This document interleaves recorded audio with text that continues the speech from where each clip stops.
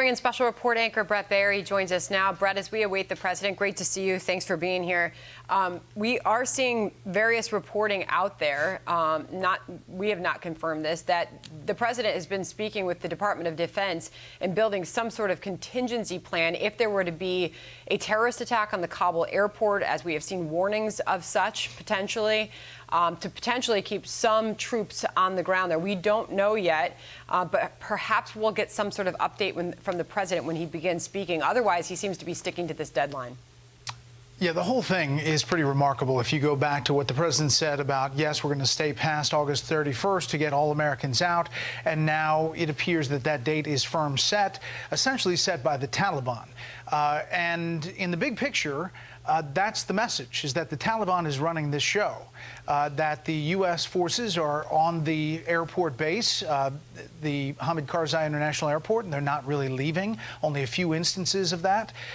Yet other forces have managed to leave and get their people back to the airport. I think it's going to be fascinating to see what the president says, because everyone we've talked to, Democrats and Republicans up on Capitol Hill, say they are confident that there will not be enough time between now and the 31st to get everybody out that needs to get out. So there has to be another plan, but so far, at least on Capitol Hill, they say they haven't heard it.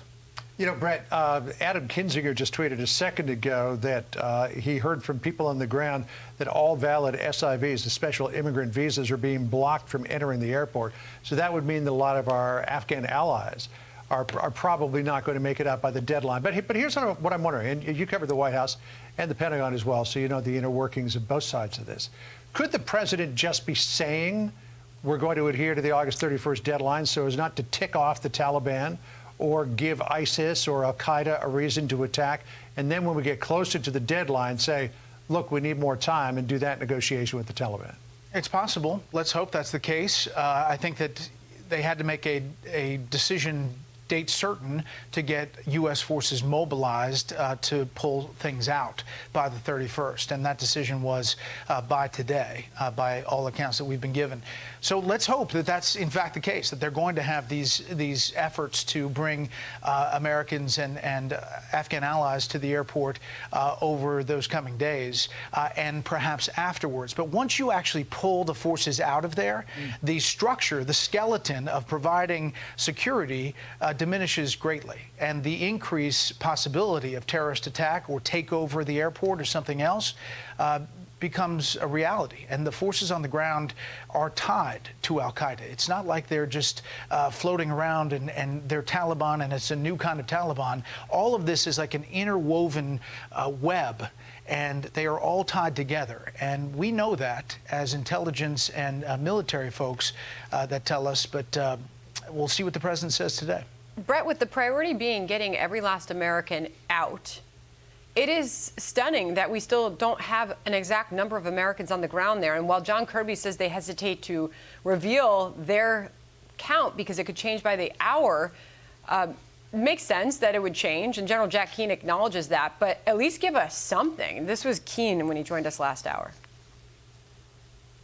I think it's insulting to the American people that they haven't shared the estimates that they've gathered, even though they're dynamic and even though they likely change every few hours. But I think the American people have a right to know what is the scale of the problem that we're facing here. That's all we want. We understand that these numbers are going to change.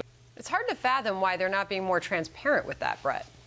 They frankly may not know. I mean, because of the bureaucracy of figuring out thousands and thousands of people that are somewhere in Afghanistan. Whose fault is that, right? Yeah, I mean, it's a bad situation. Now, the White House says that they're in contact, the administration, in some way, shape, or form with every American on the ground, by email, by text, by phone.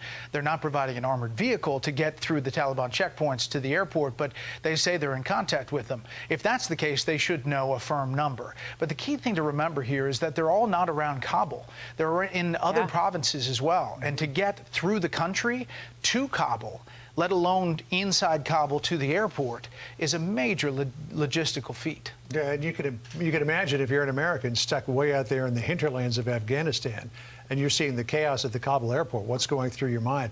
The Taliban had a press conference earlier today in which the spokesperson seemed to throw a bit of a bone to the United States and its allies, saying that we will guarantee safe passage to the airport for people who are eligible. But at the same time, don't be encouraging rank-and-file Afghans to leave because they fear a brain drain there in Afghanistan. You've got to wonder, first of all, how much force they are going to use to enforce that idea. And secondly, the fact that they don't want the intelligentsia leaving Afghanistan, does that perhaps suggest that maybe this new Taliban is looking at a different form of governance than the old Taliban? Or do you believe, Bret, like many other people do, that Taliban 2.0 is the same as Taliban 1.0? I think that the front men are talking the talk, and they are saying what they need to say in this moment.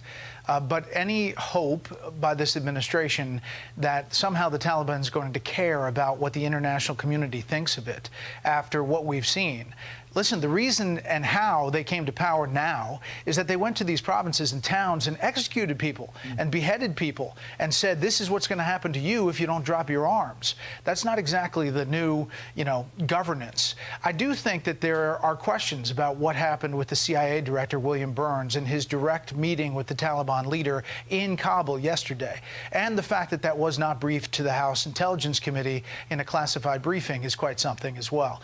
I don't know what was said. Maybe that'll kind of come out in coming days, but hopefully the negotiation went well and they can get all these Americans out. It just doesn't seem like that deadline is going to be met. Bret, one thing is for sure, nobody wants the Taliban to dictate our next move here, and especially not that deadline. Senator Ben Sasse says on this withdrawal, damn the deadline. Mr. President, tell the Taliban we're getting our people out however long it takes, and that we are perfectly willing to spill Taliban, al-Qaeda, and ISIS blood to do it. The Wall Street Journal editorial board also writing about that red line this morning. Bret, we can be transparent with our viewers. We know that this is sort of the remarks that the president's expected to deliver from the White House. It's been delayed, taken off the table. Now it's back on. Now we're told that the pool hasn't even gathered yet for this. They're still in the briefing room. You can only imagine what is happening at that White House and the discussions that are being had and the phone calls that are being made. Final thought, Bret. I think this, from beginning to where we are now, has really been a disaster when it comes to messaging and controlling the message and owning the decision. The decision has come under criticism from Democrats and Republicans.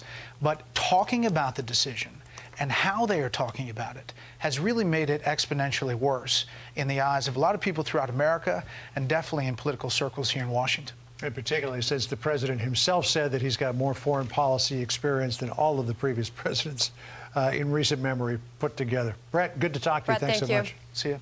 Hi, everyone. I'm Brian Kilmeade. I want you to do me a favor. I want you to click to subscribe to the Fox News YouTube page. This is the only way that I know for sure that you're not going to miss any great commentary, any great news bites, any great interviews coming your way on Fox. You can get it all here on YouTube. So subscribe right now.